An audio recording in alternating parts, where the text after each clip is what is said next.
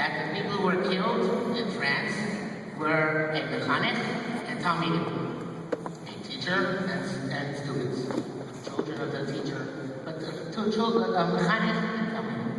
And I think therefore it behooves us, both as mechanech and as talmidim, to take a lesson from what happened. Now, far be it for me to give musar, it's not my place, but if nothing else, then I, as mechanech, and my share as my talmidim, I would like to share this thought, and perhaps we can all grow together. Many years ago, when I was a talmid in Shalom, we used to take, by every meal line, we used to have a set table, we used to go through a sefer written by Rabbi Sheinberg. This sefer is called Nishmas. Nishmas is a fascinating sefer. It's a sefer in which Rabbi Sheinberg, his grandson, wrote down the questions that his grandfather used to ask every Thursday evening by the Mishmar in the yeshiva in Torah, or where Rabbi Sheinberg was Rosh Yeshiva. And they're all questions, and I'll give you a few examples in a moment, which are based on the issue, what is the difference between these things? I'll give examples, but I want to underline and point out what the idea is behind this, besides the intellectual appreciation. There's the fundamental thing which we got from that sefer, when we learned it and discussed the issues, was a geschmack. A geschmack is a very hard word to translate. It's a word which means Torah is sweet, it's exciting, it's fun, it's exhilarating, it's inspiring, it's uplifting.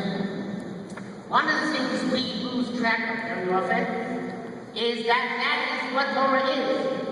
Torah is the most geschmack experience that one can have. And if talmidim don't realize that, if you don't see that, then you have to demand of your rabbi to show it to you. That's what we're here for. If you're not getting it, we're not doing our job. We're here to show you that Geschmack in Torah, and you have to ask for it if you're not getting it. Because Muhammad have to remember to do it. But that's what it's like, that's what it is, and that is what gives our Gedolim that special chadras, that special splendor, that special holiness which they possess, is the fact that this is what is exciting, exhilarating, uplifting. So, Torah, that's what Torah is. And Torah is not that, then there's something wrong with either way we're teaching or you're learning. So therefore you should demand it. And Rabbi Sheinberg, as the Rosh mentioned, grew up in America.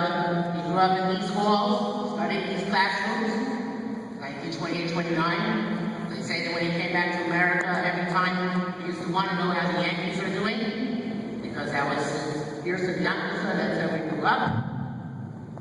But at the same time, his life was a life where the sweetness was found, and he pursued and taught that sweetness. I'll give you a couple of examples from the Mishmeres Chaim of questions which we used to find so intriguing and so interesting, and which really gave us the geschmack.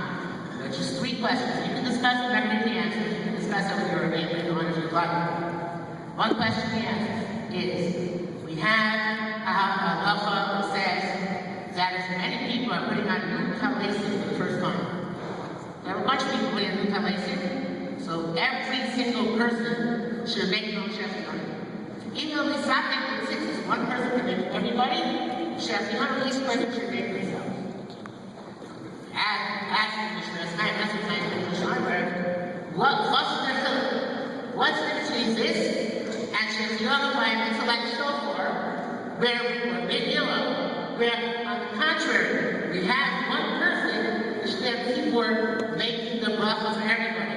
You by Kiddush, and you one person, about what? They shut down for everybody. What's the difference? Another example. There's many postscripts say at the night of Pesach, there's a mitzvah to eat more than one kazayim. As many kazayim as you have, each one is adds on to the mitzvah. He asks, what's between that and Piyah Shofar? By Piyah Shofar, is no mitzvah to add on more tekilas. Why not? Plus, is there chiluk? What's between matzah? We're adding on adds to the mitzvah, and shofar where it doesn't add on. One final example. It's run down that, according to the Rabbah, one of the great Rahmanim, there is no halacha if the keeper will keep it neutral like this in Rabbanan. If I'm speaking and I'm provoking to do this in Rabbanan, I don't transgress the keeper will to take neutral. Others, I didn't transgress the prohibition putting a stumbling block in front of the blind.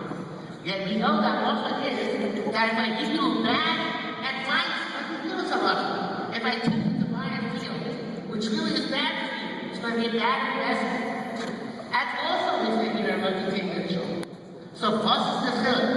What's the difference between getting to this Rabbanan, when it isn't there, and on the other hand, the case of bad advice, when it is with you?